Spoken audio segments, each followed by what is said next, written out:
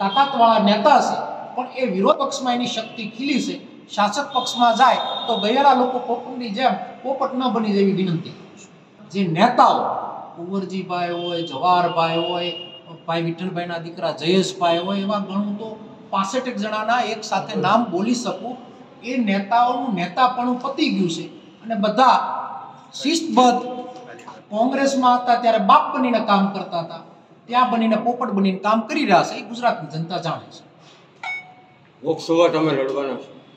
લોકસભાનું election આવી રહ્યું છે, કોંગ્રેસ પાર્ટી લડવાની છે, પ્રતાપ દુધાત નથી લડવાનું। કોંગ્રેસ પાર્ટી, કોંગ્રેસનું સંગઠન, કોંગ્રેસના એક કાર્યકર્તા ભારતીય જનતા પાર્ટી સામે લડવાના છે। અને અમરેલીની અંદર ઇતિહાસ એવું દોહરાવે છે, ઇન્દિરા ગાંધીનો જ્યારે યુગ તપતો હતો, ઇન્દિરા ગાંધીનો જ્યારે આખા હિન્દુસ્તાનમાં સર્વે સર્વા હતા ત્યારે દ્વારકાદાસ પટેલ જીત્યા હતા।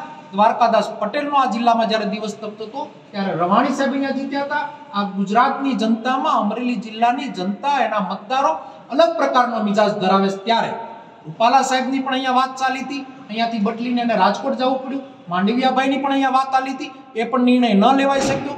માટે ભારતીય જનતા પાર્ટીને કોંગ્રેસથી અહીંયા ડર સતાવી રહ્યો છે, માટે બેકફૂટ ઉપર ભાજપ લડી રહી છે અને અમે અમારું કામ કરી રહ્યા છીએ।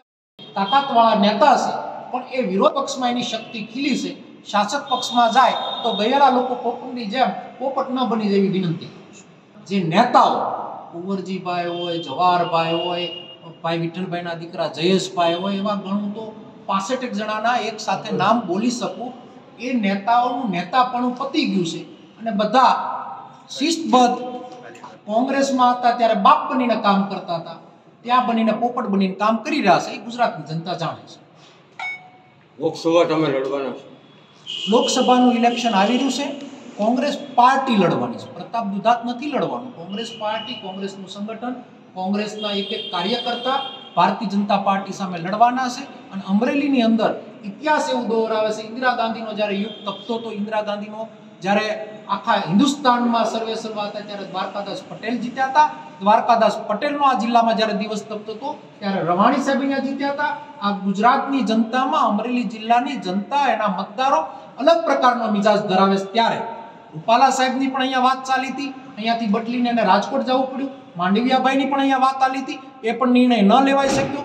માટે ભારતીય જનતા પાર્ટીને કોંગ્રેસથી અહીંયા ડર સતાવી રહ્યો છે, માટે બેકફૂટ ઉપર ભાજપ લડી રહી છે અને અમે અમારું કામ કરી રહ્યા છીએ। તાકાતવાળા નેતા છે, પણ એ વિરોધ પક્ષમાં એની શક્તિ ખીલી છે, શાસક પક્ષમાં જાય તો ગયેલા લોકો પોપટની જેમ પોપટ ન બની જેવી વિનંતી કરું છું। જે નેતાઓ કુંવરજીભાઈ હોય, જવાહરભાઈ હોય, ભાઈ વિઠ્ઠલભાઈના દીકરા જયેશભાઈ હોય, એવા ગણું તો 65 જણાના એક સાથે નામ બોલી શકું। એ નેતાઓનું નેતાપણું પતી ગયું છે અને બધા શિસ્તબદ્ધ કોંગ્રેસમાં હતા ત્યારે બાપ બનીને કામ કરતા હતા, ત્યાં બનીને પોપટ બનીને કામ કરી રહ્યા છે, એ ગુજરાતની જનતા જાણે છે।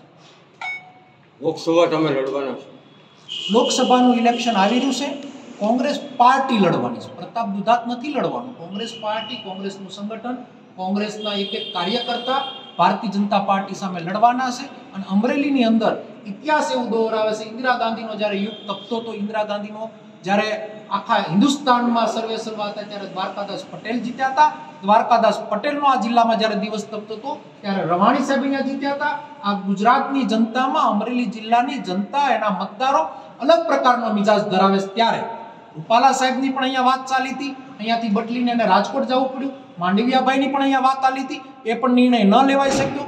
માટે ભારતીય જનતા પાર્ટીને કોંગ્રેસથી અહીંયા ડર સતાવી રહ્યો છે, માટે બેકફૂટ ઉપર ભાજપ લડી રહી છે અને અમે અમારું કામ કરી રહ્યા છીએ।